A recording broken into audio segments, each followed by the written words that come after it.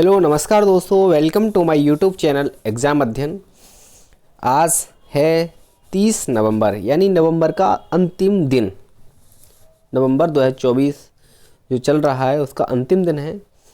तो आज के दिन यानी 1 नवंबर से 30 नवंबर तक जो भी करंट अफेयर है उससे संबंधित जो भी प्रश्न बनते हैं, जो भी पॉसिबिलिटी बनती हैं, उससे संबंधित सारे क्वेश्चन मैंने इस एक ही वीडियो में कवर किए हैं। वो क्वेश्चन ही नहीं अपितु क्वेश्चन से संबंधित स्टैटिक पोर्शन होता है उसको भी उसके साथ हम विश्लेषण के रूप में समाहित किया हुआ है। तो प्लीज़ मेरे इस वीडियो में बने रहिए। और ये मेरा चैनल है एग्ज़ाम अध्ययन, please like share and subscribe. तो स्टार्टिंग करते हैं पहले क्वेश्चन से। स्टार्टिंग होता है कि पत्रकारों के खिलाफ अपराधों के लिए दंड से मुक्ति। जो पत्रकार महोदय होते हैं, जो किसी भी खबर, जो कि भारत का एक चौथा स्तंभ कहा जाता है मीडिया को, तो अपराधों के खिलाफ, पत्रकारों के जो खिलाफ है अपराध होते हैं उससे दंड से मुक्ति को समाप्त करने के लिए अंतर्राष्ट्रीय दिवस कब मनाया जाता है? इंटरनेशनल, ये 2 नवंबर को मनाया जाता है। अगला क्वेश्चन है, कौन सा उद्यान है जो भारतीय हरित भवन परिषद से प्रमाणन प्राप्त करने वाला भारत का पहला चिड़ियाघर होगा? इसका नाम है दुर्गेश अरण्य प्राणी उद्यान। अब देखो ये होता क्या है, भारतीय हरित भवन परिषद, इसके बारे में देखते हैं अपन। तो भारतीय हरित भवन परिषद भारतीय उद्योग परिसंघ का हिस्सा होता है, ठीक है, जिसका गठन 2001 में किया गया था। यह भारत की प्रमुख प्रमाणन संस्था होती है, सर्टिफाइड इंस्टीट्यूट है ये। और ये परिषद है कई तरह की सेवाएं प्रदान करती हैं, जिसमें नए हरित भवन रेटिंग कार्यक्रम, प्रमाणन सेवाएं और हरित भवन प्रशिक्षण कार्यक्रम, ये सब इसमें होते हैं। यह रेटिंग 6 पर्यावरणीय श्रेणियों में पर आधारित होती, जैसे कि इसमें साधारणीय स्टेशन सुविधा हो गई, ठीक है, और स्वास्थ्य स्वच्छता हो गई, और सफाई और ऊर्जा दक्षता हो गई, जल दक्षता हो गई, स्मार्ट और हरित पहल और नवाचार विकास शामिल हैं। तो इस टाइप से देखो क्वेश्चन आया था कि भारतीय हरित भवन परिषद से प्रमाणन प्राप्त करने वाला भारत का पहला चिड़ियाघर कौन सा? दुर्गेश अरण्य प्राणी उद्यान हो जाता है। अगला है, हाल ही में टाइफून कोंगरे कौन से देश में इसने दस्तक दी है? भाई ताइवान में दस्तक दी है इसने। प्रधानमंत्री के आर्थिक सलाहकार परिषद के अध्यक्ष और अर्थशास्त्री जिनका हाल ही में निधन हो गया है, तो उनका नाम क्या था? विवेक देव रॉय। अगला है, किसने नई दिल्ली के साउथ ब्लॉक में रक्षा सचिव के रूप में आधिकारिक रूप से कार्यभार संभाला है? राजेश कुमार सिंह। अगला है, रोहित बल का किससे संबंध है? फैशन डिजाइनर है। अगला क्वेश्चन है, भारतीय सेना अमेरिकी सेना के साथ संयुक्त विशेष बल अभ्यास यानी वज्र प्रहार की कौन से संस्करण के लिए रवाना हुई है? 15वें संस्करण के लिए। क्वेश्चन यही है, जब वज्र प्रहार कौन कौन से देशों के बीच में होता है? भारतीय सेना और अमेरिकी सेना के बीच में संयुक्त विशेष बल अभ्यास है, जिसका 15वां संस्करण अमेरिका में होना है। Multi commodity exchange of India में किसने मुख्य कार्यकारी अधिकारी और प्रबंध निदेशक के रूप में कार्यभार संभाला है? प्रवीणा राय ने। अगला है, किसने एल्बम शीर्षक ब्रैट को 2024 शब्द घोषित किया? देखो BRAT ब्रैट, ये कॉलिंस डिक्शनरी ने इसको घोषित किया है। 76वां जो गणतंत्र दिवस पर मुख्य अतिथि के रूप में भारत में कौन आ सकते हैं? इंडोनेशिया के राष्ट्रपति प्रोबोवो सुबियांतो, ठीक है। अभी अपन 26 जनवरी 1950 को अपना देश आज़ाद हुआ था, तो उसी क्रम में अपन भारत में जो गणतंत्र दिवस मनाते हैं तो मुख्य अतिथियों को इनवाइट करते हैं। तो 76वां गणतंत्र दिवस जब अपन 2024 में 25 में मनाएंगे, तो इंडोनेशिया के राष्ट्रपति प्रोबोवो सुबियांतो मुख्य अतिथि के रूप में शामिल होंगे। अब देखिए यहाँ पे मुख्य अतिथि के चयन की प्रक्रिया कैसे क्या होती है, इसको देख लेते हैं। प्रारंभिक योजना, ये प्रक्रिया लगभग 6 महीने पहले शुरू हो जाती है। जैसे कि देखो जनवरी में प्रोग्राम होना है तो जुलाई अगस्त से प्रोसेस चालू हो जाती है, जिसमें विदेश मंत्रालय मिनिस्ट्री ऑफ एक्सटर्नल अफेयर की केंद्रीय भूमिका होती है। इसमें प्रमुख विचार क्या होता है, इसमें निर्णय राजनीतिक, व्यावसायिक, सैन्य और आर्थिक हितों के द्वारा संचालित होते हैं। भाई कूटनीति बनानी पड़ती है ना उसके हिसाब से, तो जिसका उद्देश्य आमंत्रित देश के साथ संबंधों को मजबूत करना होता है। भाई सीधी सी बात है कि किसी व्यक्ति को अपन इतना सम्मान दे रहे हैं तो ये चीज़ नॉर्मल हो जाती है, और अपने जो कूटनीतिक रहती है विदेश संबंध इनसे बहुत मजबूत होते हैं। तो क्या इसके विचार होते हैं, निर्णय राजनीतिक, व्यावसायिक, सैन्य और आर्थिक हितों द्वारा संचालित होता है, जिसका उद्देश्य आमंत्रित देशों के साथ, जो भी देश को आमंत्रित कर रहे हैं, संबंधों को मजबूत करना होता है। ऐतिहासिक कारक की देखा है तो गुटनिरपेक्ष जो आंदोलन है इसकी विरासत ने भी अतीत के चयन को प्रभावित किया है, जिसमें आपसी समर्थन और राष्ट्र निर्माण पर जोर दिया गया है। चयन के बाद प्रक्रिया क्या होती है, देखो जो मिनिस्ट्री ऑफ एक्सटर्नल अफेयर है इसके चयन के बाद प्रधानमंत्री राष्ट्रपति से अनुमोदन मांगा जाता है, और इसके बाद में आमंत्रित व्यक्ति की उपलब्धता की गोपनीयता पुष्ट की जाती है, और पुष्टि के बाद में यात्रा समारोह की आधिकारिक संचार और विस्तृत योजना बनाई जाती है। अगला है अंतर्राष्ट्रीय श्रम संगठन इंटरनेशनल लेबर ऑर्गेनाइजेशन की 352वीं कार्यकारी समिति 2024 की बैठक कहाँ पर हुई है, जिनेवा में हुई है भैया। अब आइए इसके बारे में देख लेते हैं अच्छे से, अंतर्राष्ट्रीय श्रम संगठन इंटरनेशनल लेबर ऑर्गेनाइजेशन के बारे में। तो इंटरनेशनल लेबर ऑर्गेनाइजेशन संयुक्त राष्ट्र जो यूनाइटेड नेशन है इसकी एक विशेष एजेंसी है, जिसका उद्देश्य क्या है कि दुनिया भर में जो श्रम स्थितियां हैं, जीवन का जो स्तर है, ठीक है, उसमें सुधार करना है। तो इसके इतिहास के बारे में इसमें देखा जाता है ILO के बारे में, तो इसकी स्थापना 1919 में जब वर्साई की संधि के भाग के रूप में की गई थी, जब मतलब प्रथम विश्व युद्ध ये समाप्त हो जाता है उस दौरान। उद्देश्य का यह विश्वास व्यक्त करना था कि सार्वभौमिक और स्थायी शांति केवल तभी संभव है जब सामाजिक न्याय पर आधारित हो, सामाजिक न्याय हो तभी ये चीज़ पॉसिबल हो सकती है। तो 1946 में ILO जो UN बनी थी उसकी एजेंसी बन गई थी। मुख्यालय जिनेवा स्विट्जरलैंड में है। सदस्य ILO के अभी फ़िलहाल में 187 सदस्य हैं, और 193 सदस्य जो UNO के है इसमें से 186 और कुक आइसलैंड इसमें, यानी टोटल 187 सदस्य हो जाते हैं। 193 टोटल के UN के हैं। अब संरचना के बारे में एकमात्र तैतृक UN एजेंसी है जो 187 सदस्य राज्यों की सरकारों, नियोक्ताओं और श्रमिकों के प्रतिनिधियों को एकत्रित करती है। ठीक है, अब अपने कार्यों के लिए ILO को 1969 में शांति के लिए नोबेल पुरस्कार दिया गया। बहुत इंपॉर्टेंट पॉइंट है 1969 में। जो तैतृकी से मतलब क्या हो जाता है, देखो सदस्य राज्यों की सरकार और नियोक्ता श्रमिकों तीनों को एक साथ में रिप्रेजेंट कर रही होती है। देखो दोबारा से देखते हैं, ILO क्या होती है, एक UN की एजेंसी है। 1919 में स्थापना होती है इसकी। ठीक है, 1940 में जैसे UN नई बॉडी गठित हो जाती है 24 अक्टूबर को 1945 में, तो ये भी इसकी एजेंसी बन जाती है। हेडक्वार्टर जिनेवा में होता है। वर्तमान में 187 सदस्य, यानी 193 सदस्य किसके हैं UN के, उसमें से 186 प्लस कुक आइलैंड को मिलाकर 187 सदस्य आते हैं। संरचना एक तैतृक UN एजेंसी है जिसमें कि जो राज्यों की सरकारों, नियोक्ताओं और श्रमों के प्रतिनिधियों को एकत्रित करती है। 1969 में शांति के लिए नोबेल पुरस्कार दिया गया था। अब आते हैं बोत्सवाना में नए राष्ट्रपति कौन बने हैं, ड्यूमा बोको। देखो बोत्सवाना के बारे में देख लें, इसकी राजधानी बोत्सवाना की गाबोरोन होती है, मुद्रा बोत्सवाना पुला होती है। राष्ट्रपति ड्यूमा बोको बने ही है। पड़ोसी देश यानी अफ्रीकन कंट्री है, नामीबिया, जिम्बाब्वे, दक्षिण अफ्रीका इसके कंट्री होते हैं, पड़ोसी देश होते हैं। भारतीय अंतरिक्ष अनुसंधान संगठन ने कहाँ अपने एनालॉग स्पेस मिशन की घोषणा की है, लद्दाख के लेह में। देखो खबर में क्यों है, देखो इसरो ने लद्दाख में अपने एनालॉग मिशन का शुभारंभ किया। इसरो समझते हैं अपन Indian space research organisation, Bharat की अंतरिक्ष से संबंधित ऑर्गेनाइजेशन है। इसका जो शुभारंभ किया गया 1 नवंबर को। लक्ष्य क्या है कि जो मंगल और चंद्रमा पर पाए जाने वाले पर्यावरणीय परिस्थिति का अनुकरण करना है।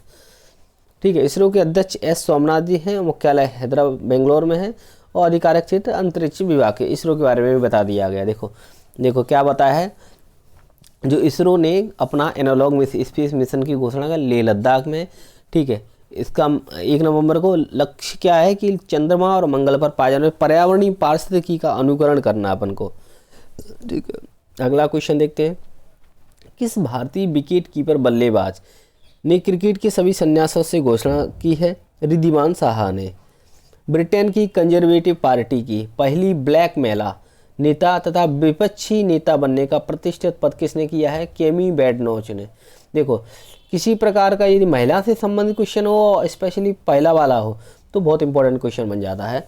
तो ब्रिटेन की जो कंजर्वेटिव पार्टी होती है, जैसे कि अपन जानते हैं ब्रिटेन हो गया, यूएसए हो गया, ये दलीय देश होते हैं। इसमें हमेशा 2 दल होते हैं, कंजर्वेटिव लेबर पार्टी ऐसे ना, और डेमोक्रेटिक और रिपब्लिकन पार्टी है, अमेरिका में हो जाती है।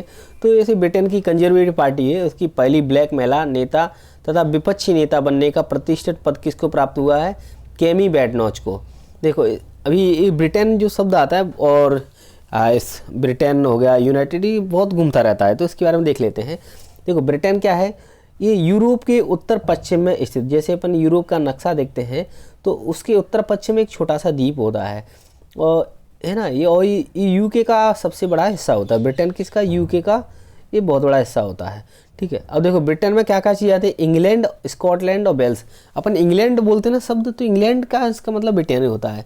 स्कॉटलैंड और वेल्स, ये 3 देश शामिल होते हैं ब्रिटेन में। अब ब्रिटेन को ग्रेट ब्रिटेन कहा जाता है, ठीक है। इसकी राजधानी कहाँ पे? लंदन होती है। जो ग्रेट ब्रिटेन शब्द है, प्राचीन रोमन शब्द ब्रिटानिया मेजर का अनुवाद होता है। 1282 की बात थी, तो इसमें इंग्लैंड ने वेल्स पर जीत हासिल कर दी थी, और 1707 में देखो, पहले इंग्लैंड था, 1282 में वेल्स भी शामिल हो गया, 1707 में स्कॉटलैंड भी इसमें विलय हो गया, और 1801, देखो कौन कौन सा, स्कॉटलैंड, वेल्स और इंग्लैंड, 3 हो गए ना। 1801 में ग्रेट ब्रिटेन और उत्तरी आयरलैंड, जो आयरलैंड वाला जो पोर्शन है, उसका जो उत्तर वाला पोर्शन होता है, इनको मिला दिया तो यूके बन जाता है। देखो, यूके क्या हो रहा है? 1801 में जो ग्रेट ब्रिटेन का मतलब हो रहा है इंग्लैंड, स्कॉटलैंड और वेल्स। देखो, स्कॉटलैंड, वेल्स पे 1282 में जीत हासिल कर देता है इंग्लैंड, और 1707 में स्कॉटलैंड पर हासिल कर लेता है। और तो तीनों को मिलाकर के क्या बोलते हैं? ग्रेट ब्रिटेन बोलते थे। और 1801 में जो ग्रेट ब्रिटेन है ना, उत्तरी आइलैंड को भी मिला लेता है, आइलैंड का जो उत्तरी वाला उसको यूके कह देते हैं। तो ब्रिटेन एक बहुदलीय लोकतंत्र होता है, ठीक है। और इसमें राजनीतिक पार्टी है कंजर्वेटिव वाली लेबर पार्टी, ठीक है। जो कंजर्वेटिव पार्टी की जो पहली ब्लैक महिला है नेता, विपक्षी नेता बनने का प्रतिष्ठित पद केमी बैडनोच को हुआ है। अजय माथुर की जगह आईएसए के अगले महानिदेशक के रूप में किसे चुना गया? आशीष खन्ना। इंटरनेशनल सोलर अलायंस बहुत न्यूज़ में रहा है हमेशा, ऑल टाइम, मतलब आगे जो फीचर है आईएसए का ही है, ठीक है। सोलर का मतलब टाइम है। अंतर्राष्ट्रीय सौर गठबंधन के बारे में देखें, एक अंतर सरकारी संगठन है, ठीक है, जिसे 2015 में भारत के प्रधानमंत्री और फ्रांस के राष्ट्रपति के द्वारा संयुक्त राष्ट्र जलवायु परिवर्तन सम्मेलन 2021 में हुई थी, COP21 ना, उसमें लॉन्च किया गया था। देखो, बहुत इंपॉर्टेंट लाइन है ये, और भारत के लिए बहुत बड़ी उपलब्धि रहा है, और एकमात्र इंटरनेशनल ऑर्गेनाइजेशन है जिसका कि हेडक्वार्टर भारत के जो हरियाणा राज्य है उसमें गुड़गांव में पड़ता है।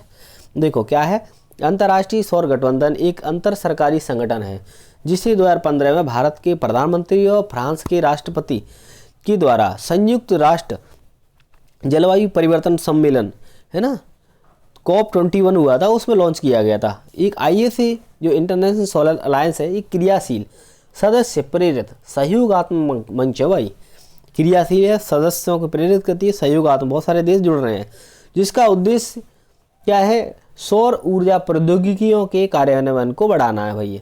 सोलर एनर्जी से संबंधित टेक्नोलॉजी है उसको बढ़ाना है, क्योंकि जो रिन्यूएबल एनर्जी भाई, नॉन रिन्यूएबल एनर्जी को हटाना है, क्योंकि उससे ग्लोबल वार्मिंग वगैरह है ना, ये सारे बहुत सारे साइड हानि होती हैं, तो उसका एक बहुत बड़ा अल्टरनेटिव ऑप्शन है।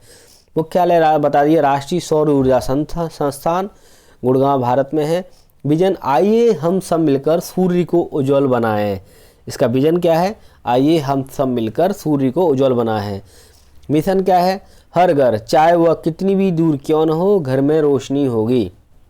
ठीक है, देखो अपने क्या पढ़ा, अजय माथुर को अथर्व अजय माथुर जी ये आईएसए के अगले महानिदेशक के रूप में चुना गया है, अजय माथुर जी की जगह पर आशीष खन्ना जी को। ठीक है, 2015 में इसकी स्थापना होती है, मुख्यालय गुड़गांव में है। ठीक है, और इसका जो उद्देश्य होता है सौर ऊर्जा प्रौद्योगिकी कार्यान्वयन को बढ़ाना होता है। विजन आइए हम सब मिलकर सूर्य को उज्जवल बनाएं। मिशन क्या है, हर घर चाहे वो कितना भी दूर क्यों न हो, घर में रोशनी होगी।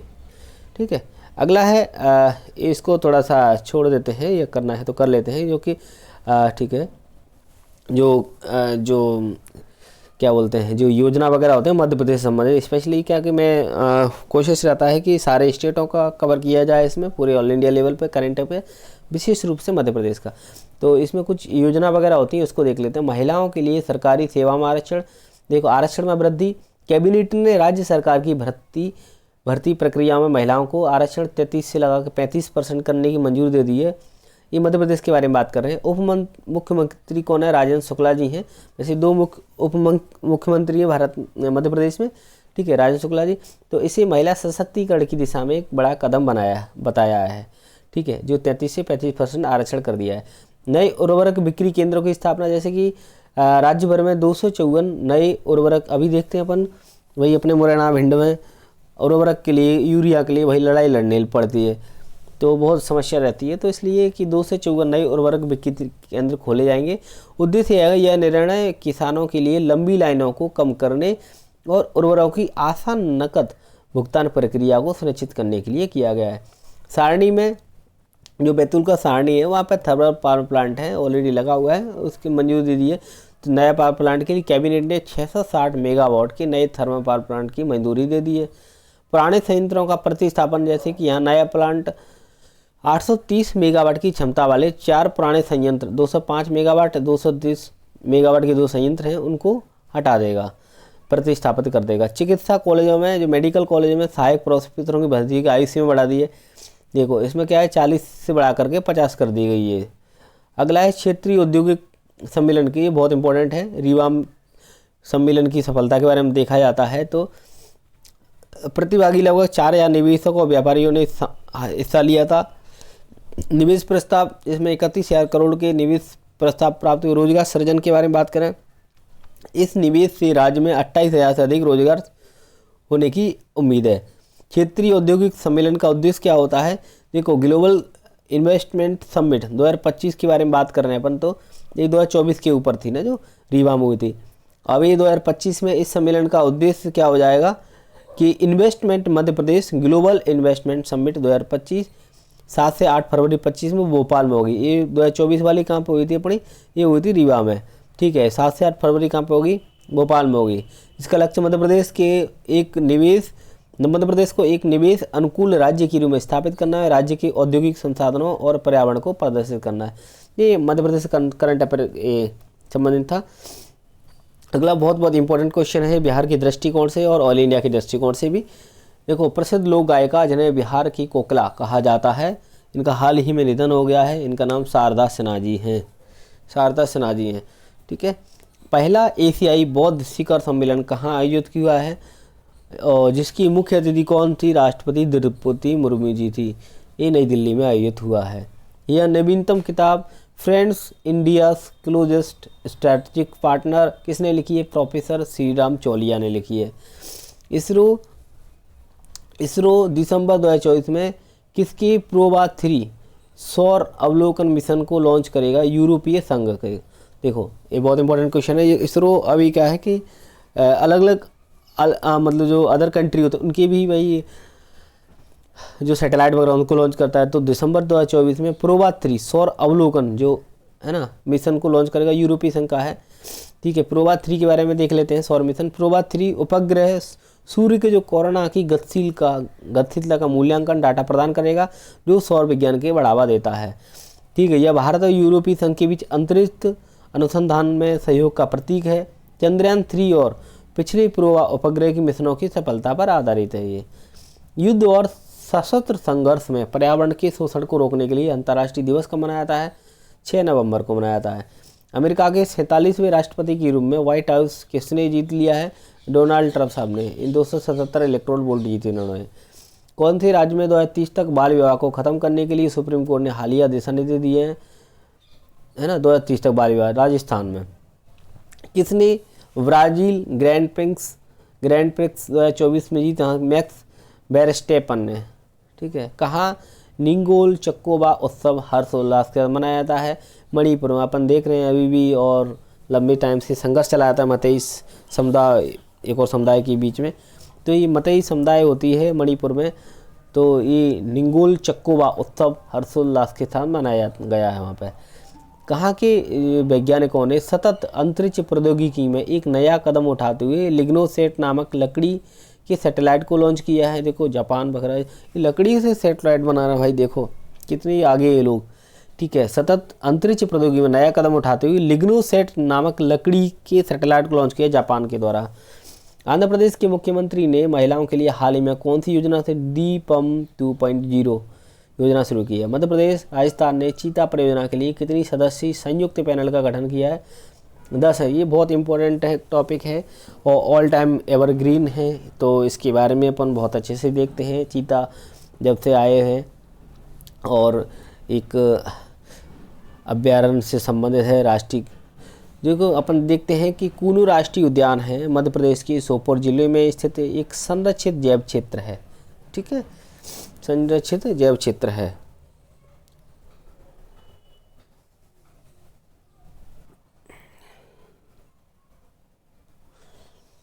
कूनू राष्ट्रीय उद्यान मध्य प्रदेश के श्योपुर जिले में स्थित एक संरक्षित क्षेत्र है।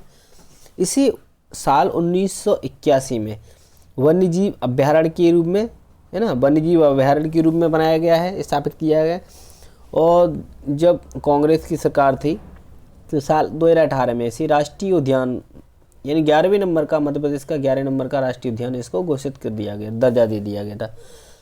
यह खटियार गिर शुष्क पर्णपाती वन पारिस्थितिकी क्षेत्र का हिस्सा है। कौन सा? ये बहुत इंपॉर्टेंट क्वेश्चन है। और खटियार गिर शुष्क पर्णपाती वन पारिस्थितिक तंत्र का हिस्सा आएगा। ठीक है। इसका नाम जो कूनू राष्ट्रीय उद्यान है, यहाँ पे कोई कूनू नदी बहती है, तो उसके आधार पर इसका नाम कूनू राष्ट्रीय उद्यान पड़ गया था। यह मध्य प्रदेश विंध्य पहाड़ियों का हिस्सा है। ठीक है। जो मध्य प्रदेश के बीचों बीच से विंध्य पहाड़ी निकलती है, ठीक है, और सतपुड़ा निकलती है, इसके बीच में से नर्मदा निकलती है, यहाँ से ताप्ती निकलती है। तो विंध्य पहाड़ियों के ऊपर जो वाला पोर्शन है चंबल संभाग का भाग है। ठीक है। तो यहाँ का ये भाग है। यह राष्ट्रीय उद्यान जो 344.686 वर्ग किलोमीटर क्षेत्र में फैला हुआ है। यह भारतीय भेड़िया, बंदर, भारतीय तेंदुआ, नीलगाय और क्या बोलते हैं, यहाँ से अफ्रीका से भी, इसमें नाम्बिया से भी चीते मंगवाए गए थे। तो ये ऐसे जानवर यहाँ पाए जाते हैं। यहाँ पंख वाले जीवों की अत्यधिक सघनता है। यह अपने रणनीतिक स्थान और विविध आवासों के कारण महत्वपूर्ण पारिस्थितिक महत्व रखता है। यहाँ सार्वजनिक शौचालय, picnic table, basket ball court और बारबेक्यू ग्रिल, स्केट बोर्डिंग के लिए जगह जैसी सुविधा उपलब्ध है। देखो ज़्यादा डिस्कस न करते हुए शॉर्ट में बात की जाती है, तो मध्य प्रदेश राजस्थान ने दोनों का एक कैसा कंबाइंड प्रोजेक्ट है। चीता परियोजना सदस्य कितनी 10 सदस्यों की पैनल घोषित किया गया है। ठीक है। ये कहाँ पे है? कूनू का राष्ट्रीय उद्यान है, मध्य प्रदेश के श्योपुर जिले में आएगा। 1981 में वन्यजीव अभ्यारण्य बना था, 2018 में राष्ट्रीय उद्यान बना दिया था। खटियार गिर शुष्क पर्णपाती वन पारिस्थितिक तंत्र का हिस्सा है। कूनू नदी के नाम पर इसका नाम भाई कूनू राष्ट्रीय उद्यान पड़ गया था। विंध्य पहाड़ियाँ उसका हिस्सा आएगा। 344 वर्ग किलोमीटर में फैला हुआ है। ठीक है। कई टाइप के यहाँ पे जीव जंतु, पंखों वाले जीवों, उनकी ज़्यादा सघनता है यहाँ पे। ठीक है। अब इम्पोर्टेंट जो बात कर रहे हैं अपन, चीता का स्थानांतरण। देखो सितंबर 2022 की बात थी। कौन सा? 17 सितंबर, जब हमारे प्रधानमंत्री जी का, माननीय प्रधानमंत्री जी का बर्थडे आता है। 17 सितंबर 2022 में नामीबिया से 8 चीतों को भारत के कूनू नेशनल पार्क में स्थानांतरित किया गया था, जो भारत में शिकारी प्राणियों के पहले अंतर महाद्वीपीय स्थानांतरण का हिस्सा था। दिसंबर 2022 में दक्षिण अफ्रीका से 12 चीते और लाए गए थे यहाँ पे। ठीक है। कूनू नेशनल पार्क की वर्तमान विस्तीर्ण में स्थानांतरण के बाद कूनू में 24 चीतों की आबादी है, जिसमें 12 शावक शामिल है। हालांकि कुछ घटनाओं में मृत्यु भी हो गई है और सफलतापूर्वक जन्म भी हुए हैं इसमें। भारत में राष्ट्रीय कैंसर जागरूकता दिवस 7 नवंबर को मनाया। बहुत इंपॉर्टेंट क्वेश्चन है, कई बार कई एग्जाम पूछा गया भैया। ठीक है। कैंसर दिवस कब मनाया जाता है? जागरूकता कैंसर के लिए 7 नवंबर को। तो आइए इसके बारे में बहुत अच्छे से देखते हैं अपन। प्रसिद्ध वैज्ञानिक मैडम जो क्यूरी होती है, मैरी क्यूरी की जयंती का दिन होता है, तो इसलिए अपन 7 नवंबर को कैंसर जागरूकता दिवस मनाते हैं। 1867 में जर्मनी मैरी क्यूरी ने रेडियम और पोलोनियम की खोज की थी, जिसने विज्ञान और चिकित्सा में क्रांति ला दी। किससे? रेडियम और पोलोनियम। तो रेडिएशन आधारित कैंसर उपचार के विकास का मार्ग इन्होंने प्रशस्त कर दिया था। ठीक है, देखो राष्ट्रीय कैंसर नियंत्रण कार्यक्रम के बारे में देखा जाता है तो भारत में कैंसर से निपटने का प्रयास 1975 में राष्ट्रीय कैंसर नियंत्रण कार्यक्रम की शुरुआत। अभी अपन जो स्वास्थ्य वाला टॉपिक देखें PPSC वाला पेपर 3 का, तो बहुत अच्छे से देखें इस कार्यक्रमों को। हर एक टाइप के जो रोग कार्यक्रम होते हैं, तो 1975 में राष्ट्रीय कैंसर नियंत्रण कार्यक्रम की शुरुआत के साथ हुआ था। प्रारंभ में इसका ध्यान कैंसर उपचार सुविधाओं को बढ़ाने पर था, लेकिन 1984-85 में बात करें तो इसी कैंसर की रोकथाम और शीघ्र पहचान की दिशा में, यानी इसका नाम बदल दिया। देखो दोबारा से देखते हैं इसमें क्या क्या था कि भारत में कैंसर से निपटने के लिए 75 में राष्ट्रीय कैंसर नियंत्रण कार्यक्रम की शुरुआत हुई थी। ठीक है, और इसका ध्यान पहले क्या था, केवल उपचार सुविधाओं तक था, केवल उपचार सुविधाओं। लेकिन 84-85 में क्या हुआ था, 75 के बाद में, यानी 8-10 साल बाद इसे कैंसर की रोकथाम और शीघ्र पहचान की दिशा में बदल दिया। यानी जो सोच दी गई, कहाँ से कहाँ बदल गया। कैंसर नियंत्रण कार्यक्रम स्टार्टिंग में था, ठीक है, केवल उसका ध्यान केवल उपचार, केवल अपन को उपचार देना, फिर बाद में रोकथाम भी करना है और उसकी पहचान भी करना है। ठीक है, इसका ये उद्देश्य बदल गया। तो भारत में कैंसर के प्रकार के बारे में बात की जाती है तो पुरुषों महिलाओं में कुछ असमान प्रकार के कैंसर देखे जाते हैं, लेकिन पुरुषों में बात की जाती है जो फेफड़ भाई लगातार वो बीड़ी सिगरेट पे पुड़िया पे ये फूकते आ रहे हैं, सुट्टा लगा रहे हैं, तो फेफड़े के कैंसर वगैरह। प्रोटेस्ट कोलोरेक्टल, ठीक है, पेट और यकृत कैंसर ये हो जाते हैं। महिलाओं में स्तन, कोलोरेक्टल, फेफड़े और ये कॉमन चीज़ होती हैं। ठीक है, और गर्भाशय और ग्रीवा और थायराइड कैंसर ये महिलाओं में हो जाते हैं। जीवन शैली और पर्यावरण जो कारक होते हैं, जैसे निष्क्रिय जीवन शैली, भाई बैठे बैठे आराम से एक ही जगह पे, ठीक है, कोई एक्टिविटी नहीं कर रहे हैं, ठीक है, मोटापा बढ़ रहा है आराम से, बस सुबह खा ली 10 और शाम को भी चपेट ली 8-10, ठीक है, मोटापा बढ़ रहा है। हानिकारक पदार्थों का संपर्क भारत में कैंसर से बढ़ते, पुड़िया वगैरह ये सब चीज़ें ना, मतलब भाई 2 दाने ये कैंसर में दम है, ये फलाने ढेर, तो इनसे बहुत बड़ा कारण है कैंसर का। तो कैंसर के कारण एक जटिल प्रक्रिया होती है। कैंसर का विकास एक बहुत चरणीय प्रक्रिया है, जिसमें स्वास्थ्य कोशिकाओं का जो ट्यूमर कोशिकाओं के में रूपांतरण क्या रहता है भाई, ये जो कोई कोशिका रहती है ना, उसका अनियंत्रित तरीका से उसका बढ़ना हो जाता है। ठीक, उसी को कैंसर कहते हैं। तो बहुचरणीय, यानी इसमें कई स्टेप होते हैं।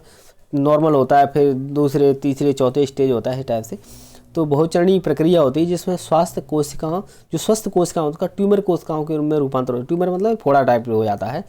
तो उम्र के साथ कैंसर का जोखिम बढ़ जाता है, क्योंकि कोशिकाओं की मरम्मत की क्षमता जो भाई घटती जाती ना उम्र के हिसाब से। जैसे तंबाकू का सेवन, मोटापा, शारीरिक निष्क्रियता, अत्यधिक सेवन, शराब का धुआंधार लगे हुए सफ़ेद वाला पौवा लगा के लाल वाला, और UV विकिरण के संपर्क जैसी जीवन शैली से जुड़ने के कारण कैंसर के खतरे बढ़ जाते हैं।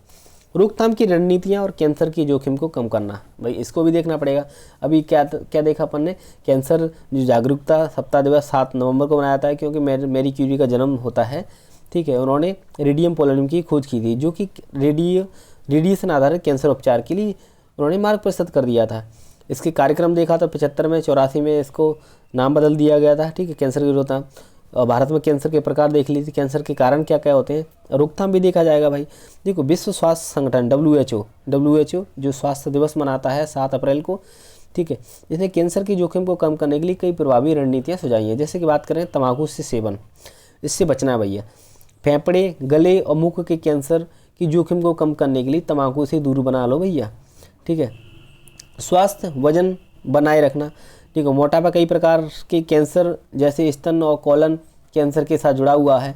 ठीक है, और संतुलित आहार लेना, फल, सब्जियां, अनाज से भरपूर आहार ये लेना है ना, और एंटीऑक्सीडेंट प्रदान करते हैं जो कि नियमित शारीरिक गतिविधियाँ, व्यायाम प्रतिरक्षा प्रणाली को मजबूत करने, और जो इम्यून सिस्टम होता है भाई, दौड़ लगाओ, जिम जाओ, एक्सरसाइज करो, है ना, तो इनको ये कम करता है। अल्कोहल, दारू नहीं पीना भाई, है ना, अल्कोहल के सेवन को सीमित करता है। त्यागने से कैंसर का भी खतरा कम है। टीकाकरण से हेपेटाइटिस बी और जो HPV टीकाकरण होता है, कुछ वायरस जनित कैंसर से बचाने में मदद करते हैं। UV जो अल्ट्रावायलेट रेडिएशन होता है, धूप में कम समय बिताना, सनस्क्रीन का उपयोग करना, ये कृत्रिम टैनिंग, ये सब जो रहती है ना, इससे भी होता है। वायु प्रदूषण से बचना, वायु प्रदूषण के संपर्क में को कम करना, जैसे फेफड़े कैंसर, इनका जो रिस्क रहता है कम हो जाता है। तो इस टाइप से कैंसर से संबंधित भी अपन ने बहुत सारी चीज़ देखी हैं। कैंसर दिवस कब मनाया जाता है, तो मुझे उम्मीद है आपको बहुत अच्छा लग रहा होगा मेरी वीडियो देखते हुए। तो और इसी टाइप से कंटिन्यू रहिए मेरे साथ में।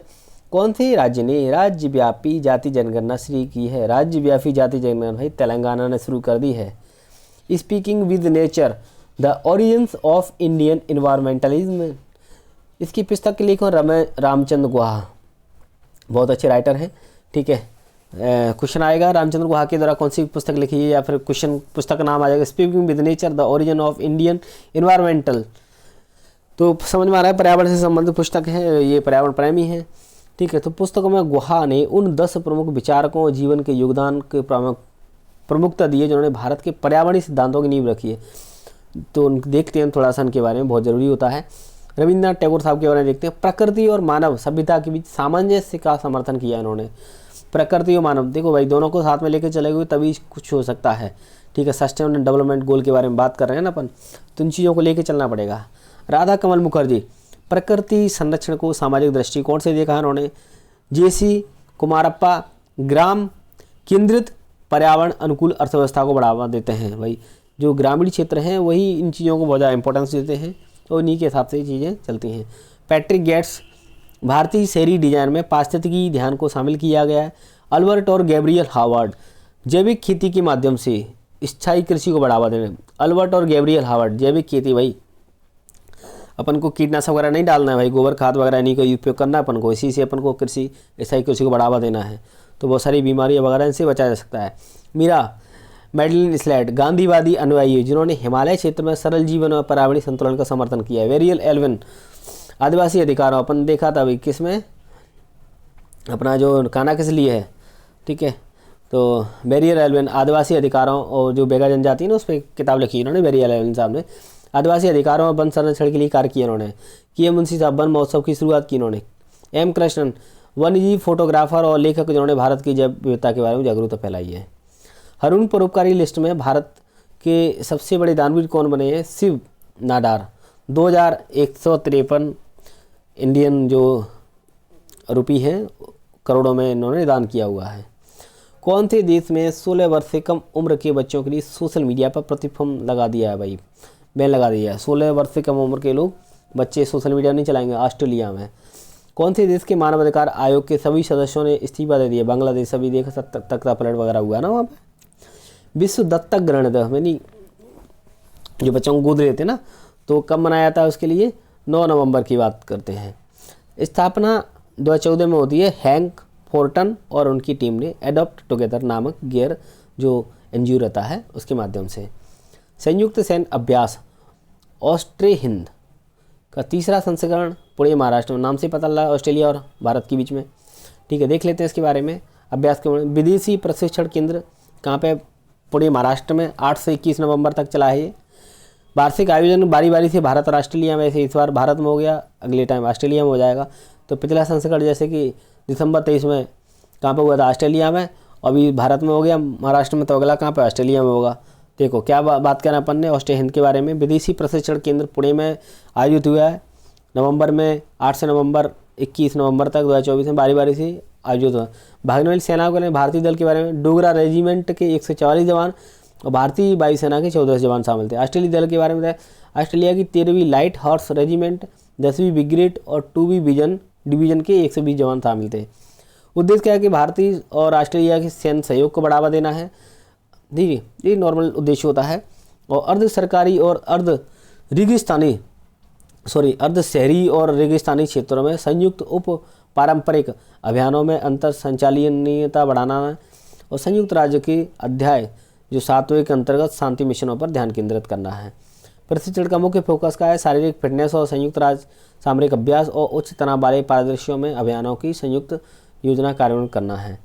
अभ्यास के चरण के बारे में युद्ध तैयारी और सामरिक प्रशिक्षण, आतंकवादी विरोधी अभियानों पर ध्यान केंद्रित, जैसे कि छापे हो जाते हैं, खोज नष्ट करना, ये सब। विशेष हेलीकॉप्टर आधारित ऑपरेशन, हेलीपैड की सुरक्षा, ड्रोन एवं एंटी ड्रोन उपायों का प्रशिक्षण है। यहाँ पे प्रमाणीकरण के चरण के बारे में देखा जाता है तो संयुक्त सामरिक अभ्यासों और बलों की समन्वय में प्रमाणीकरण मिलता है। यहाँ पे मुख्य अभ्यास के बारे में आतंकवादी कार्यों को जवाब देना है, क्षेत्रों पर कब्जा करना है और संयुक्त संचालन केंद्र की स्थापना करना, आतंकवादी विरोधी अभियान जैसे छापेमारी वगैरह इन पर ये भी शामिल होती हैं, और हेलीकॉप्टर आधारित ऑपरेशन के समन्वय के लिए। परिणाम क्या अपन अपेक्षित करते हैं कि संयुक्त सैन्य अभ्यासों के लिए रणनीतिक, तकनीकी और प्रक्रियाओं में सर्वोत्तम प्रथाओं का आदान प्रदान होना है, और भारत और ऑस्ट्रेलिया की जो संयुक्त सेना की उनकी मजबूत और भाईचारे को बढ़ावा देना है। अगला क्वेश्चन है, भारत में हाल ही में मोहम्मद नबी ने वनडे से संन्यास लेने का ऐलान किया है। मोहम्मद नबी का संबंध कौन से देश से? भाई ऑस्ट्रेलिया के क्रिकेटर है, ऑलराउंडर हैं, जिन्होंने कि संन्यास ले लिया वनडे क्रिकेट से। शांति और विकास के लिए विश्व विज्ञान दिवस का मनाया जाता है? भाई 10 नवंबर को मनाया जाता है। राष्ट्रीय कार्यकारी समिति की बैठक में federation of Indian chambers of commerce and industry FICCI होता है। इसके अध्यक्ष के रूप में किसकी घोषणा? हर्षवर्धन अग्रवाल जी की। देखो फिक्की के बारे में देख लेते हैं अपन। भारतीय वाणिज्य एवं उद्योग महासंघ स्थापना 1927 में होती है। ये गैर सरकारी लाभ निरपेक्ष संगठन है।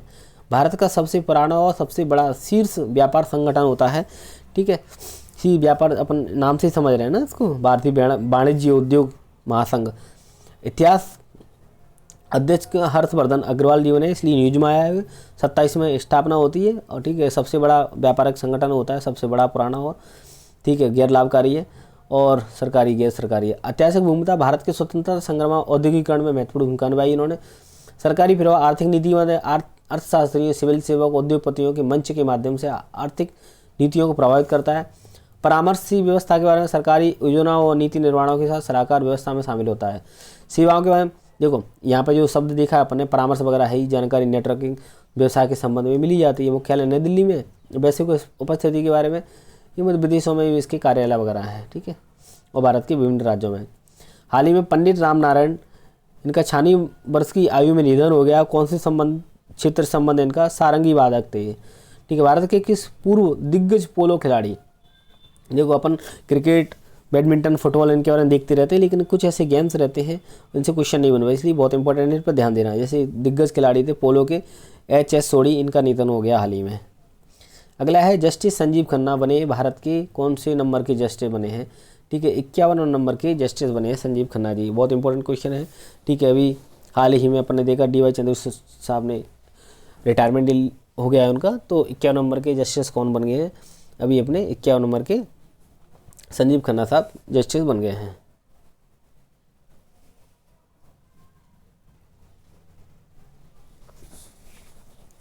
अभी देख रहे थे कि भारत के संजीव खन्ना जी, जो कि भारत के उच्च न्यायालय हैं, उनकी चीफ जस्टिस बने हुए हैं 51वें।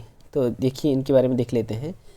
जस्टिस खन्ना की नियुक्ति के मुख्य बिंदु, जैसे कि नियुक्ति और शपथ।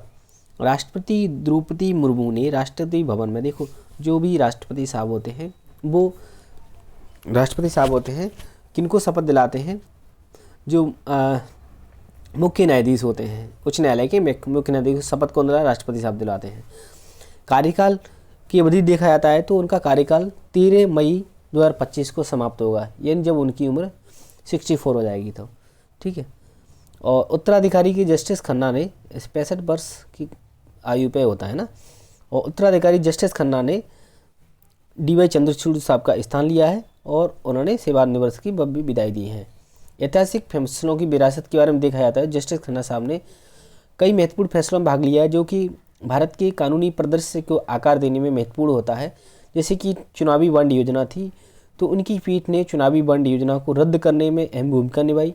अनुच्छेद 370 के बारे में देखा जाता है तो इसको समाप्त करने में भी इनका फैसला रहा था। Electronic voting machine, justice Khanna साहब ने EVM की उपयोग को वैध ठहराने का फैसले में समर्थन किया इन्होंने।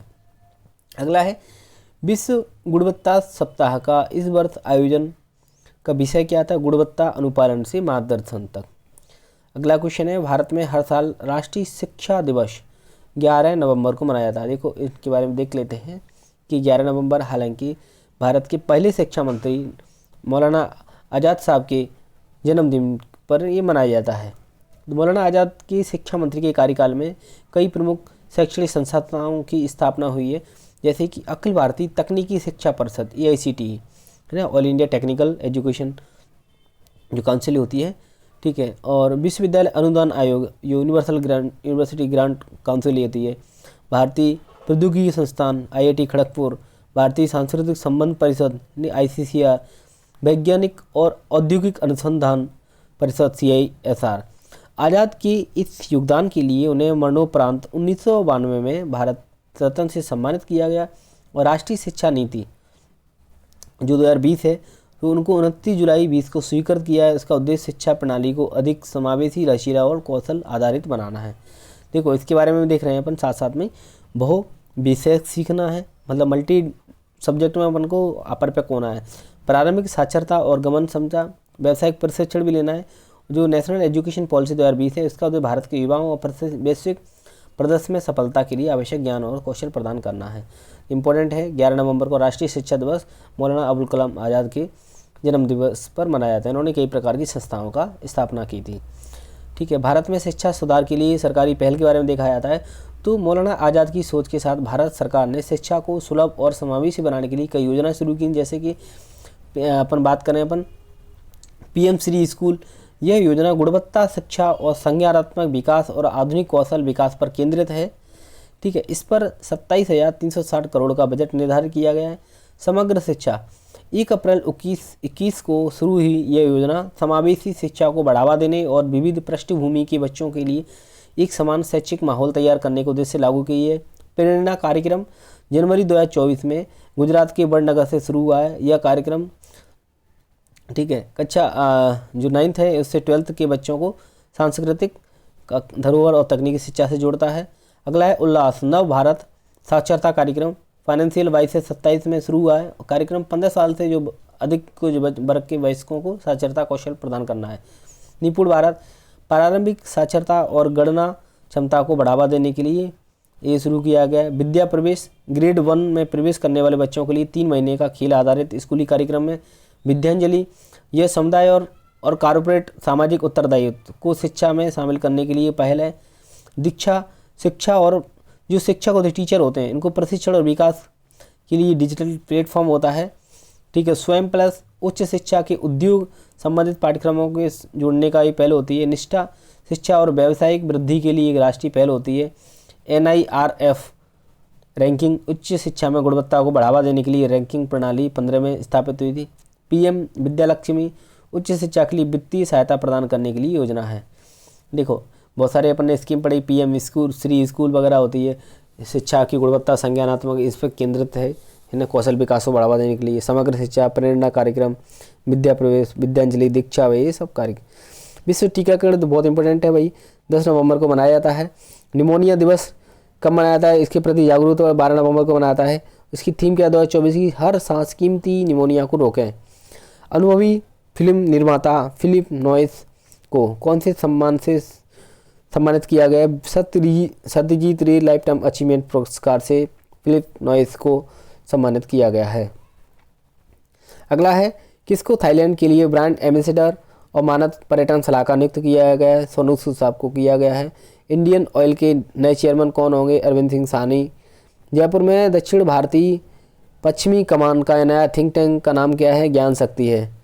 ठीक है, ऑस्ट्रेलिया ने आधुनिक गुलामी से निपटने के लिए पहला गुलामी विरोधी आयुक्त किसे नियुक्त किया है? क्रिस इवांस को। ट्रंप ने किसको संयुक्त राष्ट्र राजदूत के रूप में चुना है? एलिस स्टेफनिक को। देखो, ट्रंप जैसे ही व्हाइट हाउस के राष्ट्रपति बने हैं, अमेरिका के राष्ट्रपति हैं, तो उन्होंने संयुक्त राष्ट्र में राजदूत किसको बना दी? एलिस स्टेफनिक को। किसी professional golf tour of India का CEO नियुक्त किया गया है? अमनदीप जोहल को। सराय काले खां जो कि दिल्ली में है, यानी जो निजामुद्दीन के पास में ना, तो सराय काले खां का चौक का नाम बदलकर भगवान बिरसा मुंडा के नाम पर रख दिया गया है। अभी बिरसा मुंडा जयंती मनाई गई है, तो उसके अवसर पर। मनोज बाजपेयी जी को कौन सी फिल्म ने लीड्स इंटरनेशनल फिल्म फेस्टिवल में जीत हासिल की है? द फेबल में। ठीक है, ये भारतीय अभिनेता हैं, फिल्मों में एक्टर हैं। और प्रजनेश गुणेश्वरन ने संन्यास की घोषणा की है। कौन से खेल से संबंधित है? टेनिस स्टार है ये। अगला है, दुनिया के सबसे अधिक ग्रीन हाउस गैस उत्सर्जन करने वाले देश कौन कौन से हैं? शहर कौन से? शंघाई, टोक्यो, न्यूयॉर्क और ह्यूस्टन। सहिष्णुता का अंतर्राष्ट्रीय दिवस कब मनाया जाता है? 16 नवंबर को मनाया जाता है। कौन सी डेनमार्क की पहली मिस यूनिवर्स कौन बनी है? विक्टोरिया केजर थेल्विक बनी हुई है। ठीक है, SpaceX भारत की कौन से संचार उपग्रह को लॉन्च करेगा? GSAT-20 को। ठीक है, SpaceX आप समझ रहे, मतलब हमें जो अमेरिका की जो कंपनी है ना, एलन मस्क वाली। अभी देखते हैं इसके बारे में। भारत का भारी संचार उपग्रह GSAT-20 के बारे में देखा जाता है, जिसका वजन 4700 किलोग्राम है। 19 नवंबर 2024 को एलन मस्क के स्पेस एक्स द्वारा केप कैनावरेल USA से लॉन्च किया जाएगा। भारतीय अंतरिक्ष अनुसंधान संगठन USA द्वारा यह विकसित है। उपग्रह दूर दराज के क्षेत्रों में इंटरनेट कनेक्टिविटी सहित आवश्यक संचार सेवाएं प्रदान करेगा। यह भारत के अंतरिक्ष प्रयासों में एक महत्वपूर्ण मील का पत्थर शामिल होगा, क्योंकि यह उपग्रह भारत के अपने प्रक्षेपण यान कौन से LMB-3 बाहुबली के लिए बहुत भारी हैगा। ये प्रक्षेपण यान स्पेस एक्स फाल्कन 9 रॉकेट के माध्यम से प्रचालन अवधि 14 वर्षों तक इसके काम करता रहेगा। और कार्य क्या है कि अभी बता दिया कि इंटरनेट प्रदान करेगा दूर दराज के क्षेत्रों में। स्पेस एक्स की भूमिका बारे में देखा जाए, स्पेस एक्स के फाल्कन 9 रॉकेट का उपयोग करके ये क्या बोलते हैं लॉन्च किया जाएगा, और इसकी जो क्षमता है 8300 किलोग्राम तक है, ठीक है। और जो कि 20 टन जो जियो स्टेशनरी सैटेलाइट ऑर्बिट वहाँ पे कर देगा। स्पेस एक्स को चुनने का कार्य GSAT-20 है, इसरो ने अपने LBM-3 रॉकेट के लिए बहुत भारी बताया है। तो फ्रांसीसी कंपनी एरियन स्पेस पर पहले की निर्भरता बेहद नहीं थी, क्योंकि जो एरियन स्पेस के पास परिचालन रिकॉर्ड का अभाव था, जो रॉकेट वगैरह होती है ना, ठीक है। महत्व कार्य देख लेते हैं। GSAT-20 है उपग्रह भारत के संचार बुनियादी ढांचे को मजबूत करेगा, ठीक है। दूर दराज के क्षेत्रों में बहुत अच्छे से कम्युनिकेशन प्रोवाइड करा पाएगा, ठीक है। इस टाइप से है। अगला है, भारत ने अपनी पहली हाइपरसोनिक मिसाइल का सफलतापूर्वक परीक्षण कर भारत ने अपनी पहली लंबी दूरी की हाइपरसोनिक मिसाइल का परीक्षण कहाँ से किया है? डॉक्टर APJ अब्दुल कलाम जो द्वीप होता है उड़ीसा में, वहाँ से कर दिया है, ठीक है। देख लेते हैं इसके बारे में। भारत ने अपनी पहली लंबी दूरी की हाइपरसोनिक मिसाइल का सफलतापूर्वक परीक्षण कर दिया है, जो देश की रक्षा क्षमताओं में से एक महत्वपूर्ण उपलब्धि है। यह उपलब्धि भारत को हाइपरसोनिक हथियार तैनात करने की तकनीक वाले देशों के विषय समूह को शामिल करती है। 16 नवंबर को हुआ था, और जो व्हीलर द्वीप कहते थे, अभी इसको उड़ीसा में व्हीलर द्वीप था, उसका नाम बदल के डॉक्टर APJ अब्दुल कलाम द्वीप कर दिया है, वहाँ से इसको लॉन्च किया गया। देखो, मिसाइल बनाए कार्यक्रम होते हैं DRDO के द्वारा किए जाते हैं, और इसके द्वारा हाइपरसोनिक मिसाइलें विकसित की गई है, ठीक है, जो कि इसको सफलतापूर्वक लॉन्च कर दिया गया। 1500 किलोमीटर से अधिक की रेंज होती है। लक्ष्य क्षमता गतिशील समुद्री लक्ष्यों और स्थिर भूमि लक्ष्यों दोनों को मार सकती है। हाइपरसोनिक प्रौद्योगिकी के बारे में देखा जाता है, जो हाइपरसोनिक टेक्नोलॉजी, इसमें क्या रहता है कि ध्वनि की गति 5 गुना या उससे ज़्यादा होती है, 5 मैक से अधिक होती है, ठीक है। और इसमें कुछ संस्करण मैक 15 से भी अधिक हो सकते हैं। हाइपरसोनिक मिसाइलों को उनकी गति और गतिशीलता के कारण रोकना कठिन होता है, जिससे वे रणनीतिक परिसंपत्ति बन सक जाती हैं। वैश्विक संदर्भ में देखा जाता है, जो हाइपरसोनिक टेक्नोलॉजी है, ये रूस और चीन हाइपरसोनिक में बहुत आगे हैं, और संयुक्त राज्य अमेरिका हाइपरसोनिक मिसाइल प्रणालियों पर सक्रिय रूप से काम भी कर रहा है। France, Germany, Japan, Australia, Iran और इजराइल जैसे देशों के पास भी ये टाइप की टेक्नोलॉजी है। भारतीय योगदान के बाद देखा जाता है, इस मिसाइल पर जो DRDO है, ठीक है, डिफेंस डेवलपमेंट ऑर्गेनाइजेशन द्वारा ये काम किया जाता है, हैदराबाद में स्थित है, और doctor APJ Abdul Kalam missile complex में है। परीक्षण से मिसाइल के सफल उड़ान, डाटा संग्रहण और सटीक टर्मिनल संचालन का प्रदर्शन हुआ है। यदि रक्षा मंत्री के वक्तव्य को देखा जाता है, उन्होंने क्या बोला था कि मिसाइल एक अद्भुत उपलब्धि है भारत के लिए। उन्होंने इस बात पर जोर दिया कि इस मिसाइल ने भारत के हाइपरसोनिक प्रौद्योगिकी वाले चुनिंदा देशों में अपने देश को शामिल कर दिया है। उन्होंने इस ऐतिहासिक उपलब्धि में योगदान के लिए DRDO, सशस्त्र बलों और उद्योग भागीदारों को बधाई दी है। महत्व क्या है इसका? देखो, मिसाइल का सफल परीक्षण भारत की बढ़ती रक्षा क्षमताओं को प्रदर्शित करना है, और वैश्विक सैन्य प्रौद्योगिकियों में उनकी स्थिति को मजबूत करना है। समुद्र में गतिशील लक्ष्यों और जमीन पर स्थिर वस्तुओं को मार गिराने वाली मिसाइल भारत की सामरिक जो सैन्य पहुंच की ओर ये बढ़ाती है। अगला है, विश्व रोगाणुरोधी प्रतिरोध जागरूकता दिवस कब मनाया था? 18 से 24 नवंबर को मनाया था। किन्हें? दुबई स्पोर्ट्स काउंसिल में राजदूत किया हरभजन और सानिया मिर्जा जी को, ठीक है। दुबई स्पोर्ट्स काउंसिल में राजदूत। देखो, हरभजन सिंह के बारे में देखा जाता है, पूर्व भारतीय क्रिकेटर हैं जो अपनी ऑफ स्पिन गेंदबाजी के लिए जाने जाते थे। अंतर्राष्ट्रीय क्रिकेट में 711 विकेट लिए इन्होंने, जैसे टेस्ट में 470 है, और एक दिवसीय अंतर्राष्ट्रीय मैच में 269 विकेट हासिल किए हैं। 2007 में T20 विश्व कप विजेता टीम के भी हिस्सा थे, और 2011 में जो वनडे वाला जो वर्ल्ड कप जीता उसमें भी हिस्सा थे। भारत की आखिरी जो वनडे मैच खेला था उन्होंने 2016 में खेला था। सानिया मिर्जा के बारे में देख लेते हैं। 6 ग्रैंड स्लैम युगल खिताब के साथ महानतम भारतीय खिलाड़ी हैं, ठीक है। WTA युगल रैंकिंग में नंबर 1 भी स्थान लिया इन्होंने। ऐसा करने वाली एकमात्र भारतीय खिलाड़ी हैं। 2009 में ऑस्ट्रेलियन और 2012 में फ्रेंच ओपन, 2015 में यूएस ओपन इन्होंने ए डबल में ये जीते हैं। 3 बार की ग्रैंड स्लैम महिला युगल चैंपियन विंबलडन 2015 में, यूएस ओपन 2015 में, ऑस्ट्रेलिया ओपन ये भी इन्होंने जीते हैं। अगला है राष्ट्रीय एकता दिवस कब मनाया जाता है, और भारत की पहली प्रधानमंत्री की जयंती का प्रतीक है, जो कि ये 19 नवंबर को मनाया जाता है। ठीक है, भारत की पहले प्रधानमंत्री श्रीमती इंदिरा गांधी जी के बारे में। किसी भारत का नियंत्रक महालेखा परीक्षक, बहुत इंपॉर्टेंट क्वेश्चन है किसी एग्जाम की दृष्टिकोण से, आगे बहुत सारे एग्जाम पूछा जाएगा कि संजय मूर्ति साहब को भारत के नियंत्रक महालेखा परीक्षक कैग बना दिया गया है। ठीक है, अनुच्छेद 148 है। इसके बारे में देखते हैं कैग की भूमिका में। तो देखो, संवैधानिक एक पद होता है। ठीक है, कैग केंद्र और राज्य सरकारों, सार्वजनिक क्षेत्र के जो उद्यम होते हैं, पीएसयू होती है ना, पब्लिक सेक्टर अंडरटेकिंग, और अन्य सरकारी वित्त पोषित संस्थानों के खातों को ऑडिट करता है, जांच कर लेता है खातों की, है ना, कहाँ पैसा कैसे का जा रहा है, आ रहा है, ये क्या इसकी भूमिका है। संवैधानिक प्राधिकार होता है इसको। कैग केंद्र और राज्य सरकारों, सार्वजनिक क्षेत्र के उद्यमियों और अन्य सरकारी वित्त पोषित संगठनों के खातों को ऑडिट करता है। महत्वपूर्ण उपलब्धियाँ क्या हैं, जिम्मेदारियाँ क्या हैं। देखो, सार्वजनिक व्यय में पारदर्शिता सुनिश्चित करना, सार्वजनिक व्यय में पारदर्शिता सुनिश्चित करना, वित्तीय अनियमितताओं की उदाहरणों पर प्रकाश डालना, लेखा परीक्षा रिपोर्टों के माध्यम से बेहतर प्रशासन में योगदान देना। देखो, इसकी अपन देखते हैं कि अनुच्छेद 148 में कार्यालय की स्थापना के बारे में बात की जाती है कि भारत का एक कैग होगा। कार्यालय स्वतंत्रता के 6 वर्ष की अवधि या 65 वर्ष तक जो भी बना रहता है वो बना रहेगा, उसके बाद रिटायरमेंट कर दिया जाता है। निष्कासन के सर्वोच्च न्यायालय की जो न्यायाधीश है महाभियोग जैसी प्रक्रिया के माध्यम से हटा सकते हैं इनको। गुरु घासीदास तमोर पिंगला राष्ट्रीय टाइगर रिजर्व भारत का कौन सा टाइगर रिजर्व बना है, 56वें नंबर का। टाइगर रिजर्व का नाम गुरु घासीदास तमोर पिंगला टाइगर रिजर्व छत्तीसगढ़ में है।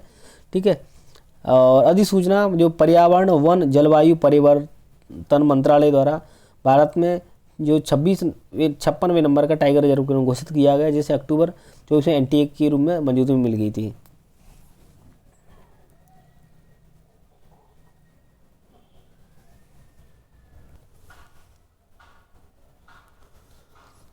जो इसका जो क्षेत्र होता है 2829.38 वर्ग किलोमीटर है।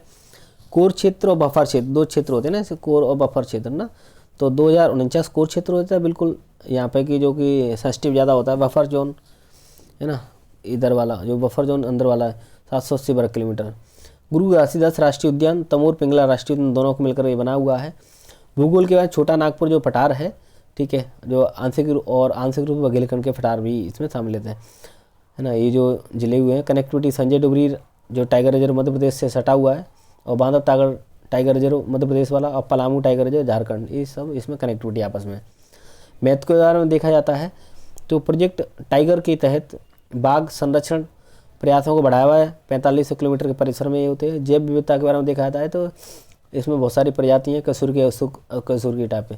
आकार में भारत की 3रा नंबर का ये हैगा नागार्जुन और मानस टाइगर के बाद में। ठीक है, संरक्षण प्रभाव के बारे में भारत की राष्ट्रीय वन्यजीव योजना का हिस्सा है, और इसका उद्देश्य मानव वन्यजीव संघर्ष को कम करना और इको टूरिज्म को बढ़ावा देना है। छत्तीसगढ़ के बाघ अभ्यारण्य के बारे में, छत्तीसगढ़ में अब 4 बाघ अभ्यारण्य हो गए हैं।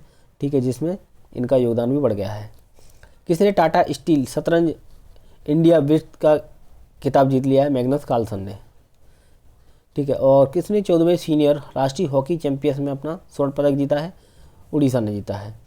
किसी एसी, बहुत इंपॉर्टेंट क्वेश्चन है, सीनियर राष्ट्रीय हॉकी चैंपियनशिप उड़ीसा ने जीता है। किसी एसी आंध्रा क्रिकेट एसोसिएशन महिला क्रिकेट संचालन के लिए मेंटर नियुक्त किया गया मिताली राज को। ये भारत की पूर्व महिला क्रिकेटर हैं, तो भारतीय कैप्टन भी रही है महिला क्रिकेट टीम की। ठीक है, तो इनको मेंटर नियुक्त कर दिया गया आंध्र प्रदेश क्रिकेट एसोसिएशन का। विश्व बाल दिवस बच्चों के कल्याण और उनके अधिकारों की सुरक्षा और उनके उज्जवल भविष्य को बढ़ावा देने के प्रति समर्पित है। ये कब मनाया गया विश्व बाल दिवस? देखो 14 नवंबर को तो अपना भारत का जो चाचा नेहरू की जन्मदिन पर भारत के पूर्व प्रधानमंत्री, पहले प्रधानमंत्री के जन्मदिन में राष्ट्रीय बाल दिवस मनाया जाता है। और जो विश्व बाल दिवस 20 नवंबर को, देखो विषय क्या है, भविष्य को सुने, बच्चे को उनके जीवन और भविष्य को आकार देने वाले निर्णयों में शामिल करने की आवश्यकता पर बल देता है। 1954 में संयुक्त राष्ट्र द्वारा सार्वभौमिक बाल विकास के रूप में दिवस के रूप में इसकी स्थापना की गई थी। भारत में माइक्रोबियल क्षमता को उजागर करने के लिए किस पहल का अनावरण किया गया? One day one genome. Brazil ने आधिकारिक तौर पर G20 की अध्यक्षता किसको सौंप दी है? दक्षिण अफ्रीका को। ठीक है, G20 की अध्यक्षता ब्राज़ील ने किसको सौंप दी है? है ना, दक्षिण अफ्रीका को। विषय क्या है? एकजुटता, समानता और स्थिरता। भारत के समुद्री भविष्य की रूपरेखा कौन तैयार करेगा? सागर मंथन 2024। देखो सागर मंथन के बारे में देख लेते हैं, बहुत अच्छा प्रोजेक्ट है। तटरेखा तो अपन जानते हैं भारत की 7500 किलोमीटर है। जैसे गुजरात से शुरू होकर के, गुजरात हो गया, है ना, महाराष्ट्र हो गया, कर्नाटका, केरल, गोवा, तमिलनाडु, आंध्र प्रदेश, है ना, उड़ीसा, यहाँ तक जो अपने जो स्टेट हैं 7500 किलोमीटर की लंबी तटरेखा बनाते हैं। 12 बंदरगाह इस पर, 200 से अधिक छोटे बंदरगाह होते हैं। व्यापार प्रबंधन के बारे में, मात्रा के हिसाब से 95% और मूल्यों के हिसाब से 70% व्यापार समुद्री मार्गों से होता है। जहाज पुनर्चक्रण में दुनिया में तीसरे स्थान पर है। 1530 जहाज भारतीय ध्वज के तहत 2023 का रिकॉर्ड है। वैश्विक स्थान पर भारत 16 सबसे बड़ा समुद्री राष्ट्र है ना। और सबसे ज़्यादा जो सीमा होती है कौन सी की? गुजरात की राज्य की होती है, कई एग्जाम में पूछा गया है। ठीक है, वैश्विक शिपिंग मार्गों में महत्वपूर्ण भूमिका निभाता। सबसे ज़्यादा तटरेखा कौन सी है? कनाडा की है गई। कौन पहले खो खो विश्व कप की मेज़बानी करेगा? भारत 2025 में पहले खो कप की मेज़बानी करेगा। नागालैंड 125वें हॉर्नबिल महोत्सव में कौन सा साझेदार के रूप में आएगा? जापान। और विश्व मत्स्य दिवस है ना, जो फिशरी दिवस है वो 21 नवंबर को। तो इसके बारे में देख लेते हैं। जो इसका विषय है भारत का ब्लू ट्रांसफॉर्मेशन। छोटे पैमाने पर और सतत मत्स्य पालन को सशक्त बनाना है। ठीक है, छोटे पैमाने पर और सतत मत्स्य पालन को सशक्त बनाना है, जो भारत की समावेशी विकास और इस क्षेत्र में सतत प्रथाओं के प्रति प्रतिबद्धता को रेखांकित करता है। और पटेशन मंत्री कौन है इसकी? राजीव रंजन सिंह उर्फ लल्लन सिंह केंद्रीय मत्स्य पालन, पशुपालन और डेयरी मंत्री हैं। भारत का वैश्विक नेतृत्व के बारे में, तीसरा सबसे बड़ा उत्पादक है भारत। चीन के बाद में दूसरा सबसे बड़ा जलीय कृषि राष्ट्र है और विश्व में सबसे बड़ा झींगा उत्पादक है। देखो, विश्व में सबसे बड़ा झींगा उत्पादक भारत आएगा, चीन के बाद दूसरा सबसे बड़ा जलीय कृषि राष्ट्र आएगा और विश्व में तीसरा सबसे बड़ा मछली उत्पादक है। मत्स्य पालन में वृद्धि के बारे में देखा, अंतर्देशीय मत्स्य पालन कुल उत्पादन का 70% योगदान देता है। समुद्र से जलीय कृषि आधारित प्रथाओं की ओर बदलाव, खारे और खारे जलीय कृषि का विस्तार, झींगा पालन वगैरह होता है। प्रमुख योजना के बारे में देखा था, नीली क्रांति योजना 2015 से मछली उत्पादन में वृद्धि देखी जाती है। ठीक है, और PMMSY 2020 में मत्स्य निर्यात को दुगना और 55 लाख नौकरियां पैदा करना होता है। और FIDF 2018 में ब्याज 3% ब्याज अनुदान के साथ बुनियादी ढांचे का प्रतिपोषण करती है। PM मोदी ने किसी उपहार में स्लोफर पंच अमृत कलश दिया है नाइजीरिया के राष्ट्रपति को। स्लोफर पंच अमृत किसको दिया है उपहार में? नाइजीरिया के राष्ट्रपति जी को। किसी गुयाना और डोमिनिका से सर्वोच्च सम्मान प्राप्त हुआ है भारत के प्रधानमंत्री मोदी जी को। देख लेते हैं क्या है कि प्रधानमंत्री मोदी जी को गुयाना के राष्ट्रपति इरफान अली द्वारा सर्वोच्च सम्मान ऑर्डर ऑफ एक्सीलेंस से सम्मानित किया गया है। और मोदी जी को डोमिनिका के राष्ट्रपति सिल्वेनी वर्टन द्वारा डोमिनिका अवार्ड ऑफ ऑनर दिया गया है। देखो, Dominica award of honour Sylvanie Burton जो कि डोमिनिका के राष्ट्रपति हैं उनके द्वारा, और कौन सा है कि गुयाना के राष्ट्रपति इरफान अली के द्वारा ऑर्डर ऑफ एक्सीलेंस दिया गया है। HMJS ने भूजल परमिट के लिए कौन सा पोर्टल लॉन्च किया है? भूनीर। देखो, इसके बारे में देख लेते हैं। जो CR पाटिल साहब हैं, ठीक है, जल शक्ति मंत्री हैं, ठीक है, इंडिया वाटर वीक 2024 के समापन के दौरान डिजिटल रूप से भू नीर पोर्टल का आरंभ किया गया है। यह पोर्टल केंद्रीय भूजल प्राधिकरण द्वारा नेशनल इंफॉर्मेटिक्स सेंटर NIC के सहयोग से विकसित किया गया है। इसका उद्देश्य भारत में भूजल विनियमन में सुधार करना है। यह पहल सरकार के पारदर्शिता, दक्षता और स्थिरता के प्रति प्रतिबद्धता के अनुरूप है। न्यायमूर्ति D कृष्ण कुमार ने कौन से राज्य के मुख्य न्यायाधीश के रूप में पदभार संभाला है? मणिपुर उच्च न्यायालय। अंतर्राष्ट्रीय सौर गठबंधन 104 का पूर्ण सदस्य कौन बना है? अर्मेनिया। अंतर्राष्ट्रीय सौर गठबंधन के बारे में बात की जाती है तो 30 नवंबर 2015 को इनका गठन होता है। संस्थापक भारतीय प्रधानमंत्री नरेंद्र मोदी और फ्रांस के, हालांकि ऑलरेडी देख चुके हैं, एक बार और दोबारा देखते हैं और अच्छे से रिवीजन हो जाएगा। थोड़ा सा इसमें अलग टाइप के कंटेंट है इसमें, ये तो कॉमन ही है। 30 नवंबर 2015 को जो COP21 हुआ था उसमें भारत के प्रधानमंत्री और फ्रांस के जो राष्ट्रपति थे उनके द्वारा ये बना गया था। भारत के जो गुड़गांव है वहाँ पे इसका मुख्यालय का। उद्देश्य क्या है? देखो, सौर ऊर्जा का प्रसार करना है, वैश्विक स्तर पर सौर ऊर्जा के उपयोग को बढ़ावा देना है, लागत में कमी, जो सौर ऊर्जा उत्पादन की लागत को कम करना है, नवाचार और अनुसंधान के बारे में देखा है। सौर ऊर्जा क्षेत्र में नवाचार, शोध और क्षमता निर्माण को प्रोत्साहित करना है। वित्तीय जुटाव के बारे में देखा है। 2030 तक सौर ऊर्जा परियोजना के लिए 1000 बिलियन अमेरिकी डॉलर को निवेश जुटाना है। भारत की भूमिका और वैश्विक परियोजना के बारे में देखा जाता है तो भारत ISA के नेतृत्व में वैश्विक दक्षिण में जो ग्लोबल साउथ है ना, उसमें सौर ऊर्जा के क्षेत्र में अग्रणी भूमिका निभा रहा है। ISA के तहत भारत द्वारा निम्नलिखित परियोजना चलाई गई हैं, जैसे कि मलावी की संसद सोलराइजेशन, फिजी में सौर ऊर्जा से संचालित स्वास्थ्य केंद्र, सेशल्स में सौर ऊर्जा संचालित कोल्ड स्टोरेज और किरीबाती में सोलर PV रूफटॉप। अच्छा, ये जो है ना, मतलब सोलर जो से संबंधित कंट्री है, जैसे कि अपन बात करें अपन 23.5 डिग्री नॉर्थ और 23.5 डिग्री साउथ, इसके बीच में 0 डिग्री निकलती है। तो इसके बीच में जो कंट्री होते हैं कर्क रेखा, मकर रेखा है ना, तो उनकी जो स्पेशली शामिल किया गया था। तो अपन बात करें अपन पराग्वे ISA का 100वां सदस्य बन जाता है और अर्मेनिया होता है, और वो कौन सा बन जाता है, 104वां सदस्य बन जाता है अभी हाल ही में। तो ये विस्तार और सौर ऊर्जा को वैश्विक स्तर बढ़ाने के लिए ISA की सफलता को ही दर्शाता है। भारत ने सुरक्षा और नवाचार को बढ़ावा देने के लिए कौन सा बैंक लॉन्च किया है, AI data bank, artificial intelligence data bank, है ना, बहुत इंपॉर्टेंट है। कौन से देश ने 40 वर्षों में पहली बार राष्ट्रीय जनगणना आयोजित की है, इराक ने। ठीक है, हाल ही में सुप्रीम कोर्ट के किस जज का निधन हो गया है, पूर्व जज जस्टिस HS बेदी जी का। किसी अमेरिका में विश्व शांति पुरस्कार मिलेगा PM मोदी साहब को। ठीक है, गुरु तेग बहादुर शहीदी दिवस कब मनाया जाएगा, 24 नवंबर को। कहाँ भारत की पहली आधुनिक आत्मनिर्भर गौशाला आदर्श गौशाला का उद्घाटन किया, ग्वालियर के ललित पारा। MPPSC की दृष्टिकोण से बहुत इंपॉर्टेंट क्वेश्चन है। ठीक है, भारत की पहली आधुनिक और आत्मनिर्भर गौशाला आदर्श गौशाला का उद्घाटन कहाँ में, ग्वालियर के ललित पारा में। इस गौशाला में आधुनिक कंप्रेस्ड बायोगैस संयंत्र है। 23 दिसंबर से BSE सेंसेक्स पर JSW स्टील की जगह कौन लेगा, जोमेटो। देखो BSE जो है ना अपना बॉम्बे स्टॉक एक्सचेंज, ठीक है, तो उसमें JSW है, जिंदल स्टील वाला है ना, उसकी जगह कौन ले लेगा, जोमेटो ले लेगा। ACC यानी जो टॉप 50 वाला कंपनी होती है ना, उसमें ये हट जाएगा। ACC टूर्नामेंट की मीडिया अधिकार किसने हासिल किए हैं, सोनी मीडिया ने। देखो ACC जो एशियन क्रिकेट काउंसिल होती है ना, उसमें सोनी 2024 से 31 तक इसके राइट्स ले लिए हैं। ठीक है, इसके अपन को पता है अध्यक्ष कौन है, BCCI और SCC के प्रमुख जयशाह जी हैं, और ये क्या बोलते हैं, निर्विरोध ICC के अध्यक्ष भी निर्वाचित हुए हैं। सन 1857 के प्रथम स्वतंत्रता संग्राम में क्रांतिकारी झलकारी बाई की जयंती कब मनाई गई थी, 22 नवंबर को। आइए झलकारी बाई के बारे में देखते हैं। सन 1857 के प्रथम स्वतंत्रता संग्राम में अंग्रेजों को भारतीय नारी के बल बुद्धि साहस से परिचय कराने वाली एक साधारण सी महिला झलकारी बाई का जन्म 22 नवंबर सन 1830 को झांसी के पास भोजला गांव में एक निर्धर कोली परिवार में हुआ था। देखो क्या जो 57 की जो क्रांति थी, ठीक है, ऐसे अपन सहायक रानियों के बारे में देखा जाता है ना, जैसे रानी झांसी की रानी, इनकी जो सहायिका के बारे में बात की जाती है तो झलकारी बाई थी।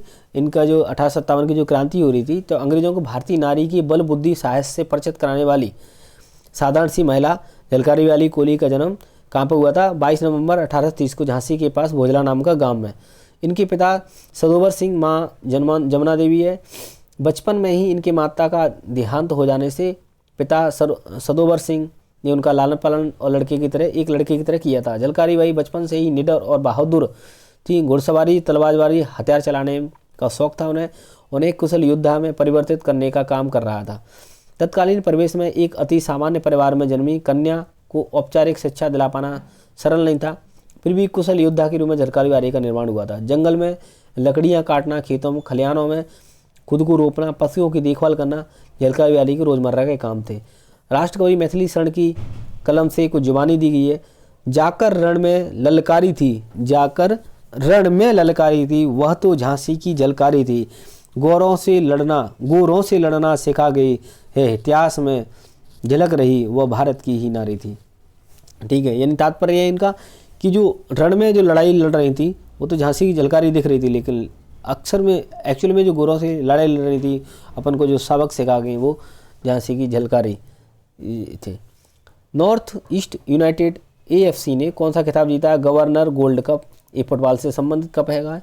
AI की तैयारी वाले किन देशों में भारत शामिल, टॉप 10 देशों में। आर्टिफिशियल इंटेलिजेंस का ये दौर चल रहा है।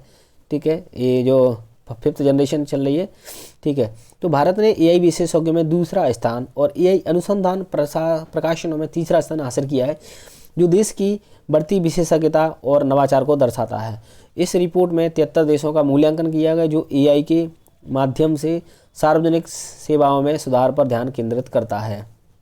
अगला है, केंद्रीय कैबिनेट ने कौन सी योजना को 6000 करोड़ आवंटन के साथ 2025 से 27 के लिए मंजूरी दी है, जिसमें शोध और शिक्षा में पहुंच बढ़ाई जाएगी। वन नेशन वन सब्सक्रिप्शन योजना। भारत में राष्ट्रीय दूध दिवस कब मनाया जाता है? 26 नवंबर को। देखते हैं, आइए इनके बारे में देखते हैं। देखो, भारत में 22% वैश्विक उत्पादन के साथ दुनिया का सबसे बड़ा दुग्ध उत्पादक कंट्री है। इसका जो श्रेय है ऑपरेशन फ्लड यानी श्वेत क्रांति के जनक कौन है? डॉक्टर वर्गीस कुरियन साहब को जाता है। उन्होंने 1970 में श्वेत क्रांति की शुरुआत की थी और इस क्रांति का मुख्य मकसद क्या था? दुग्ध उत्पादन को बढ़ावा देना है। यानी श्वेत क्रांति का संबंध किससे है? दुग्ध उत्पादन से है। डॉक्टर वर्गीस कुरियन को उनका श्रेय जाता है, उनको दूध क्रांति का जनक कहा जाता है। 22% वैश्विक उत्पादन के साथ भारत विश्व में सबसे अग्रणी है। इसके लिए किसानों की हर संभव मदद की जाती है। वर्गीस कुरियन 1965 से 98 तक नेशनल डेयरी डेवलपमेंट बोर्ड के अध्यक्ष भी रहे हैं और इन्हें इनका जनक कहा जाता है। 26 दिसंबर को इन्हें जन्मदिन पर अपन विश्व राष्ट्रीय दुग्ध दिवस मनाते हैं। भारत हर वर्ष संविधान दिवस कब मनाता है? 26 नवंबर को मनाता है। संविधान दिवस से संबंध मैंने वीडियो यूट्यूब पर अपलोड किया हुआ है, बहुत शानदार वीडियो है, आप देखिए, बहुत सारी इन्फॉर्मेशन आप गेन करेंगे। अगला है, IPL नीलामी में सबसे युवा खिलाड़ी कौन? बहुत इंपॉर्टेंट क्वेश्चन है इस साल के लिए। 13 साल के वैभव सूर्यवंशी, 13 साल के वैभव सूर्यवंशी हैं। इनको IPL नीलामी में राजस्थान की टीम ने दिल्ली कैपिटल को पछाड़ते हुए 1 करोड़ 10 लाख रुपए में 1.1 करोड़ रुपए में इनको खरीद लिया है। लैंगिक हिंसा के खिलाफ शिवराज सिंह चौहान ने कौन सा अभियान शुरू किया है? नई चेतना अभियान शुरू किया है। ब्राजील में भारत के अगले राजदूत किसे नियुक्त किया? दिनेश भाटिया जी को। देखो, दिनेश भाटिया जी की किताबें हैं बहुत फेमस, देवी पुराण है ना, ये वाली हैगी, और फिजिक्स फॉर सिविल सर्विसेज 94 ये वाली हैगी। राष्ट्रपति द्रौपदी मुर्मू ने भारतीय संविधान की कौन सी भाषाओं में अनुवाद, बहुत इंपॉर्टेंट क्वेश्चन है, जो अपना इंडियन कॉन्स्टिट्यूशन है, ठीक है, इसका जो संस्कृत और मैथिली भाषा में अनुवाद अनावरण कर दिया गया है। जो अपनी 22 भाषा हैं, ठीक है, जो अपने नोटों पर होती हैं, तो उनमें ये शामिल हो जाएंगे। हैदराबाद स्थित स्पेस टेक कंपनी टेक-मी-टू-स्पेस भारत की पहली अंतरिक्ष स्थित AI प्रयोगशाला का नाम क्या है? MOITD my orbital infrastructure technology demonstrated. Bharat ने हाल ही में रियाद डिजाइन लॉ ट्रीटी पर हस्ताक्षर किए हैं। इसका संबंध किससे है? WIPO, मतलब जो रहती ना इंटेलेक्चुअल प्रॉपर्टी राइट्स है ना, उससे संबंधित है। किसी ब्रह्मोस एरोस्पेस का नया प्रमुख नियुक्ति किया है। ब्रह्मोस आप समझ रहे हैं, एक मिसाइल है ना। डॉक्टर जतीन्द्र राघवेंद्र जोशी। आइए देखते हैं इनके बारे में अपन। ब्रह्मोस एरोस्पेस भारत और रूस के बीच संयुक्त उद्यम में है, ठीक है, जो ब्रह्मोस मिसाइल के विकास के लिए जिम्मेदार है। देखो, इसकी उत्पत्ति के बारे में देखा जाए, ये 2 नदी होती हैं, भारत की ब्रह्मपुत्र और रूस की मास्कवाल से नाम लिया गया है। विशेषता देखें, असाधारण गति और सटीकता, सुपरसोनिक गति और सटीकता के लिए प्रसिद्ध है। यह रडार क्षितिज से लक्ष्य भेदने में होती है, ठीक है। बहुआयामी उपयोग होते हैं इसके। भूमि और समुद्र आधारित संचालन के लिए डिजाइन की गई मिसाइल बहुमुखी हमले की क्षमता प्रदान करती है। भारतीय नौसेना का प्रमुख हथियार मिसाइल को नष्ट करने वाले जहाज़ों और फ्रिगेट्स जैसे स्थिर और गतिशील प्लेटफॉर्म पर लॉन्च किया जा सकता है। यह भारत की समुद्री सुरक्षा को नई ऊंचाई तक पहुंचाता है।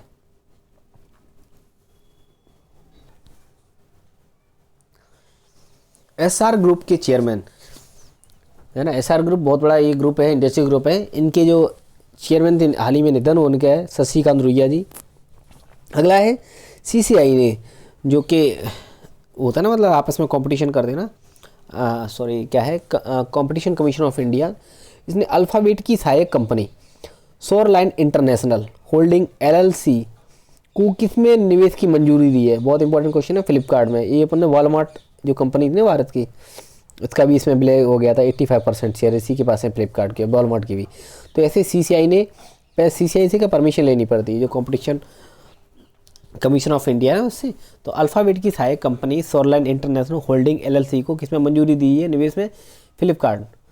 और सरकार की मंजूरी के बाद इसरो का कौन सा मिशन यात्रा के लिए तैयार है? शुक्रयान। देखो कई टाइप की मिशन भेज रही है अपनी इसरो, तो ये जो शुक्र ग्रह के लिए शुक्रयान मिशन उसको भी मंजूरी मिल गई है। तो आइए देख लेते हैं कौन कौन से मिशन इसरो के द्वारा भेजे गए हैं, भेजने हैं। तो शुक्रयान के बारे में देख लें। देखो जो शुक्र ग्रह से संबंधित है, लॉन्चिंग वर्ष इसकी 2028 है। उद्देश्य क्या है कि शुक्र ग्रह के वातावरण और सतह का अध्ययन करना है।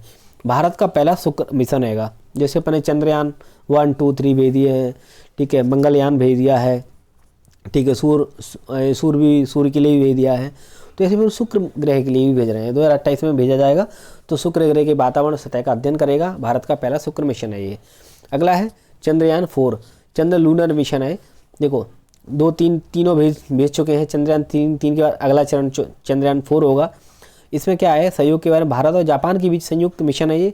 उद्देश्य क्या है कि चंद्रमा के दक्षिणी ध्रुव 90 डिग्री इस पर इसको उतारना है ना, दक्षिणी ध्रुव पर। और 350 किलोग्राम का रोवर होगा जो चंद्रयान 3 के रोवर से 12 गुना भारी होगा। जो चंद्रयान 3 का जो रोवर था ना उससे 12 गुना भारी होगा। लॉन्चिंग वर्ष 2030 है, हालांकि अभी स्वीकृति इसकी लंबित है। मंगल मिशन के बारे में देखा जाता है। देखो मंगल की कक्षा में सैटेलाइट स्थापित करना है और सतह पर उतारने का प्रयास करना है। अगला है गगनयान। गगनयान जो अपने व्योमित्र देखा ना, व्योमित्र जो रोबोट है, ठीक है, गगनयान से संबंधित है। मानव अंतरिक्ष कार्यक्रम बिना मानव वाला मिशन अगले 2 वर्षों में लॉन्च होगा। और पहला चरण, दूसरा चरण है कि इसके बाद मानव को अंतरिक्ष में भेजने की योजना होगी। पहले क्या है, बिना मानव वाला, फिर उसके बाद मानव वाला, ठीक है। गगन व्योमित्र से संबंधित है। भारत का अंतरिक्ष स्टेशन सरकार द्वारा स्वीकृत है। और अंतर्राष्ट्रीय अंतरिक्ष स्टेशन ISS से ये छोटा है। 5 मॉड्यूल होंगे इसमें। पहला मॉड्यूल 28 में लॉन्च होगा। पूरी क्षमता 35 तक संचालन में रहेगी और लक्ष्य 40 तक चंद्रमा मिशन के लिए ट्रांजिट सुविधा उपलब्ध कराना है। ये उन्नत मौसम और संचार प्रणालियों के बारे में देखा जाता है। तो इसकी योजना क्या है कि मौसम विज्ञान और समुद्र विज्ञान के लिए उपग्रह तकनीक को उन्नत करना है। इनसेट 4 है ना सीरीज के तहत नए सेंसर और उपग्रह शामिल करना है इसमें। अगला है 107 वाला क्वेश्चन है कि किसने under 8 world cadets chess champion में शानदार प्रदर्शन करते हुए स्वर्ण पदक जीता है? दिवित रेड्डी साहब को। दिवित रेड्डी जी है, छोटे बच्चे हैं, अंडर 18 में, अंडर 8 इसमें ही इन्होंने पदक जीता है कैडेट चेस चैंपियन में। महिला और बाल विकास मंत्री श्रीमती अन्नपूर्णा देवी ने, महिला बाल विकास मंत्री कौन है? श्रीमती अन्नपूर्णा देवी। इन्होंने नई दिल्ली में कौन सा अभियान की शुरुआत की है? बाल विवाह मुक्त भारत। स्पेशली राजस्थान वगैरह यहाँ पे बहुत बाल विवाह होते हैं ना। अमिताभ कुमार द्वारा कौन सी लिखित पुस्तक है? माई बिलवेड लाइफ, है ना। और अगला क्वेश्चन है कि 110 नंबर का क्वेश्चन है, किसके द्वारा कारोबार में आसानी पोर्टल लॉन्च किया गया है? पीयूष गोयल साहब है ना, इनके द्वारा ये लिखा गया है। अब है अगला कि हालांकि बीच बीच में क्वेश्चन डिस्कस करते रहे लेकिन क्या बहुत इंपॉर्टेंट होते हैं, तो मैंने इसी स्लाइड में इनको भी इंक्लूड कर दिया है। नवंबर माह के महत्वपूर्ण दिवस, तो आइए देखते हैं स्टार्टिंग से। 1 नवंबर के बारे में बात करें तो हरियाणा हो गया, मध्य प्रदेश, ऐसे मध्य प्रदेश 1 नवंबर 1956 को स्थापना होती है इसका। और 1 नवंबर 2000 को छत्तीसगढ़ अलग हो जाता है। तो छत्तीसगढ़, हरियाणा, मध्य प्रदेश, आंध्र प्रदेश, केरल, कर्नाटका, तमिलनाडु के स्थापना दिवस होते हैं, ठीक है। और विश्व शाकाहारी दिवस है ना। और राष्ट्रीय मिर्गी जागरूकता सप्ताह, जागरूकता माह, सॉरी, नवंबर का महीना जो मिर्गी जो रोग होता है इसमें ऐसे आदमी डला रहता है ना। और सतर्कता जागरूकता सप्ताह होता भी है, ठीक है, विजिलेंस के लिए। 30 अक्टूबर से 5 नवंबर तक मनाया जाता है। इसमें अपन भ्रष्टाचार नहीं करेंगे, रिश्वत नहीं, इसकी शपथ वगैरह लेते हैं। तो ये 1 नवंबर की दिन हो जाते हैं, ठीक है। अब आते हैं 2 नवंबर को ऑल सॉल्स डे मनाते हैं। 3 नवंबर को बायोस्फीयर रिजर्व डे के लिए अंतर्राष्ट्रीय दिवस होता है। और विश्व जेलीफिश दिवस भी मनाते हैं। 4 नवंबर को विश्व कैंडी दिवस मनाते हैं। 5 नवंबर को विश्व सुनामी जागरूकता, सुनामी मतलब एक जापानी शब्द है जिसका मतलब क्या होता है, ऐसे समुद्र में जो होता है ना, मतलब ज्वालामुखी टाइप सा जो समुद्र में होती है, भूकंप होता है ना, तो उसको अपन सुनामी कहते हैं। सुनामी जापानी शब्द है। तो इसके लिए जागरूकता दिवस 5 नवंबर को मनाते हैं। 6 नवंबर के बारे में बात करें अपन, युद्ध और सशस्त्र संघर्ष में पर्यावरण के शोषण की रोकथाम के लिए अंतर्राष्ट्रीय दिवस मनाते हैं। 7 नवंबर को राष्ट्रीय कैंसर जागरूकता, अभी बहुत अच्छे से बताया था कैंसर के संबंध में, जो मैरी क्यूरी ने जो खोज की थी पोलोनियम रेडियम की, ठीक है, उससे संबंधित 7 नवंबर को मनाते हैं। शिशु सुरक्षा दिवस ही मनाते हैं। 8 नवंबर को अंतर्राष्ट्रीय रेडियोलॉजी और विश्व शहरीकरण दिवस मनाते हैं। 9 नवंबर को राष्ट्रीय विधिक सेवा दिवस और विश्व उपयोगिता दिवस। नवंबर महीने के दूसरे गुरुवार को मनाते हैं इसको। हालांकि 10 नवंबर के बारे में बात करें अपन, शांति और विकास के लिए विश्व विज्ञान दिवस मनाते हैं, राष्ट्रीय आयुर्वेद दिवस मनाते हैं और विश्व टीकाकरण दिवस मनाते हैं। 11 नवंबर के बारे में बात करें अपन तो राष्ट्रीय शिक्षा दिवस, मौलाना साहब के जो जन्म दिवस पर मनाते हैं, और प्रथम विश्व युद्ध की समाप्ति का स्मरण दिवस ही मनाते हैं, राष्ट्रीय फाइलेरिया दिवस मनाते हैं। 12 नवंबर को विश्व न्यूमोनिया दिवस और लोक या जन प्रसारण दिवस, यानी कि जो गांधी जी थी ना, उन्होंने ऑल इंडिया रेडियो में भाषण दिया था अपना पहला बार, तो इसलिए इनको इस दिवस को मनाते हैं। और 13 नवंबर को विश्व दयालुता दिवस, भाई काइंडनेस दिखा दो। 14 नवंबर को बाल दिवस है ना। 14 नवंबर को हमारे भारत के प्रथम और पूर्व प्रधानमंत्री और सबसे लंबे समय तक कार्यकाल वाले जवाहरलाल नेहरू के जन्म दिवस की याद में बाल दिवस मनाते हैं। और इस क्वेश्चन को बहुत कम लोग कर पाते हैं, विश्व मधुमेह दिवस, इसको भी ध्यान रखना। 14 नवंबर को विश्व मधुमेह डायबिटीज़ के प्रति जागरूकता के लिए दिवस मनाते हैं। 15 नवंबर को झारखंड दिवस मनाते हैं और जनजाति गौरव दिवस, अपने बिरसा मुंडा साहब के जन्मदिन को। ठीक है, तभी तो बताया कि जो सराय काले खां है चौराहा है ना, उसका नाम बिरसा मुंडा चौक रख दिया है। 16 नवंबर के बारे में बात करें अपन, अंतर्राष्ट्रीय सहिष्णुता दिवस, राष्ट्रीय प्रेस दिवस और लेखा ऑडिट दिवस। 17 नवंबर को अंतर्राष्ट्रीय छात्र दिवस, राष्ट्रीय मृगी दिवस और विश्व समय पूर्णता दिवस। 18 नवंबर को राष्ट्रीय प्राकृतिक चिकित्सा दिवस, दो नेचुरो हेम्योपैथी रहती होती ना, नेचुरोपैथी वगैरह। बाल यौन शोषण दिवस और दुर्व्यवहार और हिंसा की रोकथाम और उपचार के लिए विश्व दिवस मनाया जाता है। पहला है 19 नवंबर की विश्व शौचालय दिवस, अंतर्राष्ट्रीय पुरुष दिवस, ठीक है, और विश्व महिला उद्यमिता दिवस और राष्ट्रीय एकता दिवस। इंदिरा गांधी जी का बर्थडे होता है इस दिन। और 20 नवंबर को विश्व बाल दिवस मनाते हैं। देखो 20 नवंबर को बाल दिवस, 14 नवंबर को राष्ट्रीय बाल दिवस मनाते हैं। 21 नवंबर को वर्ल्ड टेलीविजन डे और वर्ल्ड फिशरी डे, मत्स्य दिवस मनाते हैं। 25 नवंबर को महिलाओं के विरुद्ध हिंसा उन्मूलन हेतु अंतर्राष्ट्रीय दिवस मनाते हैं। ठीक है, और 26 नवंबर को संविधान दिवस या राष्ट्रीय विधि दिवस मनाते हैं और राष्ट्रीय दुग्ध दिवस भी मनाते हैं उसी दिन। और सतत परिवहन दिवस मनाते हैं, विश्व सतत। 27 नवंबर को राष्ट्रीय अंगदान दिवस है ना, बॉडी ऑर्गन डे, जो बॉडी ऑर्गन होते हैं उनको डोनेट करने वाला, उसके लिए प्रोत्साहन के लिए। 29 नवंबर को राष्ट्रीय जगुआर दिवस मनाते हैं। 28 नवंबर को भी एक जो लाल दिवस है ना, मतलब ये मंगल से संबंधित दिवस मनाते हैं। 30 नवंबर को राष्ट्रीय युद्ध के सभी पीड़ितों के लिए स्मरण का एक यादगार दिवस मनाते हैं। तो इस टाइप से देखो बल दिनों से संबंधित और बहुत शानदार जो क्वेश्चन है, जैसे कि इसरो के बारे में सारे मिशन, इसरो के लिए कौन सा मिशन होने वाला है, ठीक है, किसने क्या निवेश वगैरह, और बहुत अच्छा शानदार वीडियो बना हुआ है, इसमें बहुत मेहनत लगती है माय डियर। ठीक है, तो प्लीज़ वीडियो को देखिएगा। और नवंबर से संबंधित जितनी भी, मुझे नहीं लगता कि इससे क्वेश्चन कोई जाएगा, फालतू कोई क्वेश्चन मैंने इसमें ऐड नहीं किया हुआ है, तो बहुत ही शानदार इसमें क्वेश्चन ऐड किए हुए हैं, आप देखोगे तो बहुत मज़ा आ जाएगा। और उम्मीद है कि एग्ज़ाम में क्वेश्चन बहुत आसानी से अटेम्प्ट कर पाओगे। तो धन्यवाद, जय हिंद, जय Bharat. Please like, share and subscribe to my YouTube channel exam अध्ययन।